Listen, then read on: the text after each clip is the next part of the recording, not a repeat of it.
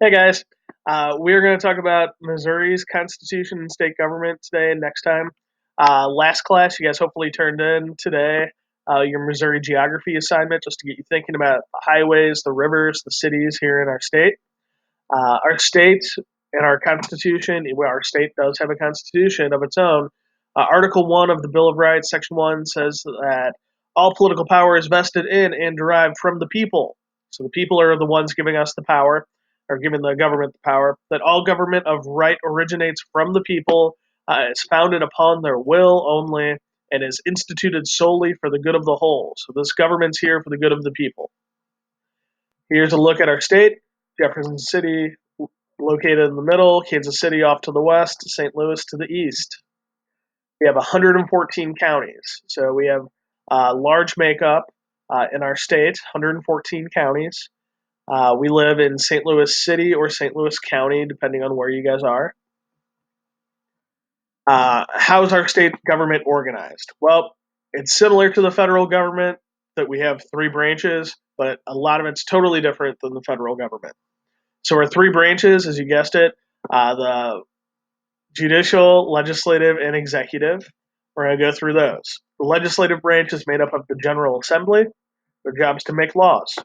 The executive branch, carrying out those laws, is done by the governor, lieutenant governor, and other executive branch officials. We also have a judicial system with a state Supreme Court. We have tons of lower appellate courts and trial courts.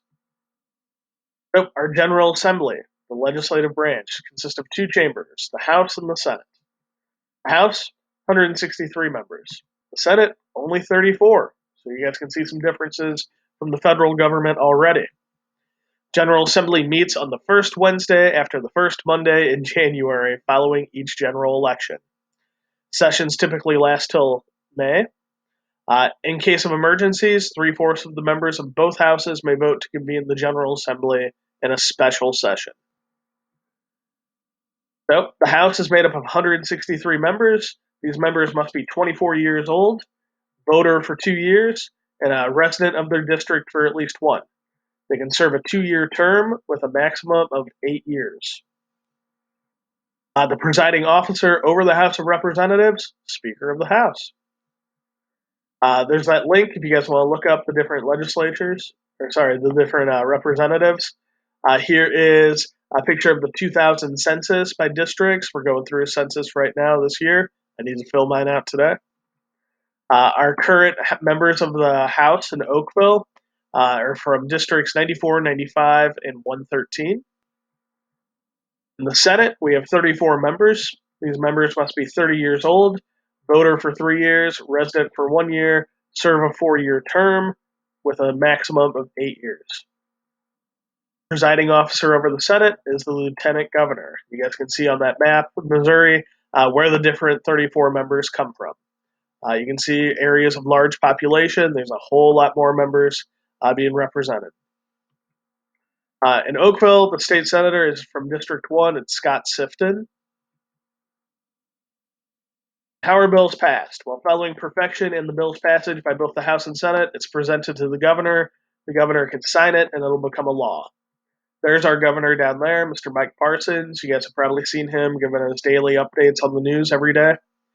Mike Parsons, supreme executive power, appoints department heads with Senate approval, grants reprieves and pardons, signs bills into law, and to be a state senator or the governor of Missouri, you have to be 30 years old, a citizen of the U.S. for at least 15 years, and a resident of Missouri for 10.